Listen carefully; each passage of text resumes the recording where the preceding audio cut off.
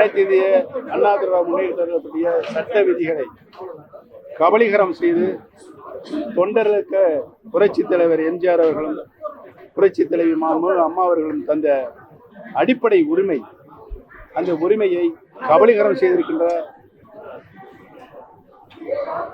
யார் என்பது உங்களுக்கு நன்றாக தெரியும்.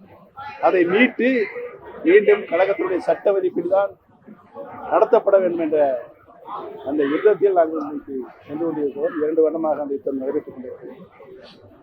எல்லா வருவாய் மாவட்டங்களும் சென்று கழக அமைப்பு ரீதியான பொறுப்பாளர்களை நிர்வாகிகளை சந்தித்து அவருடைய கருத்துக்களையும் கேட்டு இந்த கூட்டம் முடிந்த மாவட்டங்களை செயலர் அழைத்து உடனழைத்து செய்ய வேண்டிய பணிகள் என்ன, நீங்கள் சொல்லுகின்ற ஆலோசனைகள் என்ன என்பதை கேட்பதற்காக நாங்கள் வருகின்றோம். அத்தோடு மக்களுடைய அவங்களுடைய எண்ணங்களையும் அறிந்து புரிந்து செல்ல வேண்டும் என்றும் தொண்டருடைய மனநிலையும் அறிந்து புரிந்து செல்ல வேண்டும் என்றும், ஏனென்று சொன்னால் இந்த இயக்கம் தொண்டர்களுக்கான இயக்கமாக புரட்சித் தலைவர் உருவாக்கினார்கள். அந்த நிலையை மீண்டும் உருவாக்க வேண்டும் என்பதுதான் எங்களுடைய தலையாய கடமை என்பதை நாங்கள் சொல்லுவதற்காக வந்திருக்கிறோம்.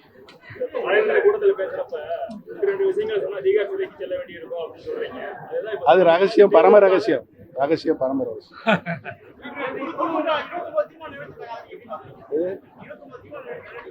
அந்த தீர்மானங்கள் மக்களுக்கு எந்த பிரயோஜனம் கிடையாது.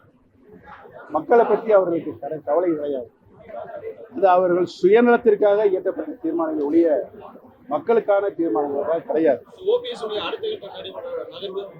ஓபிஎஸ் எந்த நகர்வு நகர்ந்தாலும் நடந்தாலும் ஓடினாலும் அது தொண்டர்களின் நலனுக்காக, பொதுமக்களுடைய நலனுக்காகத்தான் இருக்கும். அதிமுக வந்து மீட்க போறோம் அப்படிங்கிறீங்க. இப்ப வந்து தொண்டர்களுடைய மீட்பு குழுவா நடத்தி வர்றீங்க. இப்ப வந்து அடுத்ததுடைய எந்த அமைப்பு மூலமா நீங்க வந்து நடைமுறைப்படுத்த?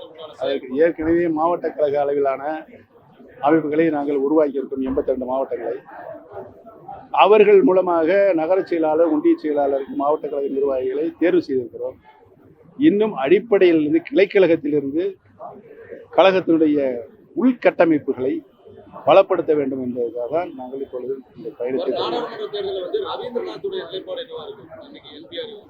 உங்களுடன் சொல்லிவிடுத்த அறிவிப்போம். பாராளுமன்ற தேர்தலில் பிஜேபி கூட்டணியில் சொல்லி அவங்க சொல்லியிருக்கிறாங்க. எங்களுடைய நிலைப்பாடு 10 ஆண்டு காலம் இந்திய திருநாட்டை ஒரு வலிமை மிக்க நாடாக உருவாக்குவதற்கு மாண்புமிகு பாரத பிரதமர் மோடிஜி அவர்கள் பணியாற்றி கொண்டிருக்கின்றார், கடமையாற்றி கொண்டிருக்கின்றார். உலகத்தில் இருக்கின்ற வளர்ந்த நாடுகள் கூட மூக்கு மீது விரல் வைத்து இவருடைய நடைகளை, இவருடைய கடமைகளை, இவருடைய அரசாங்க அலுவலர்களை பார்த்து பெருமித்து போயிருக்கிறார்கள். இந்தியா கூட இந்த அளவிற்கு சந்திரனுக்கு ராக்கெட் அனுப்ப முடியுமா, அங்கே இறக்க முடியுமா என்ற நிலையை அவர் உருவாக்கியிருக்கிறார். இதோடு மட்டும் இல்லாமல் ஒரு நல்ல ஆட்சியை, நல்ல வள திட்டங்களை நாட்டு மக்களுக்கு அர்ப்பணிக்கின்ற ஆட்சியை நடத்தி கொண்டிருக்கின்றார். மீண்டும் வருகின்ற நாடாளுமன்ற தேர்தல் மூலமாக திரு நரேந்திர மோடிஜி அவர்கள்தான் நாட்டுடைய பிரதமராக வர வேண்டும் என்ற எண்ணம் இந்தியாவில் இருக்கிற அத்தனை மக்களுடைய இதயங்களில் இருக்கிறது.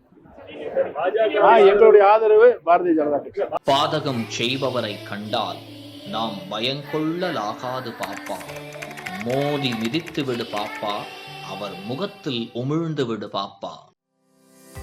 அண்மை செய்திகளை உடனுக்குடன் தெரிந்து கொள்ள இணைந்திருங்கள் இயம்நாடு தொலைக்காட்சியுடன்.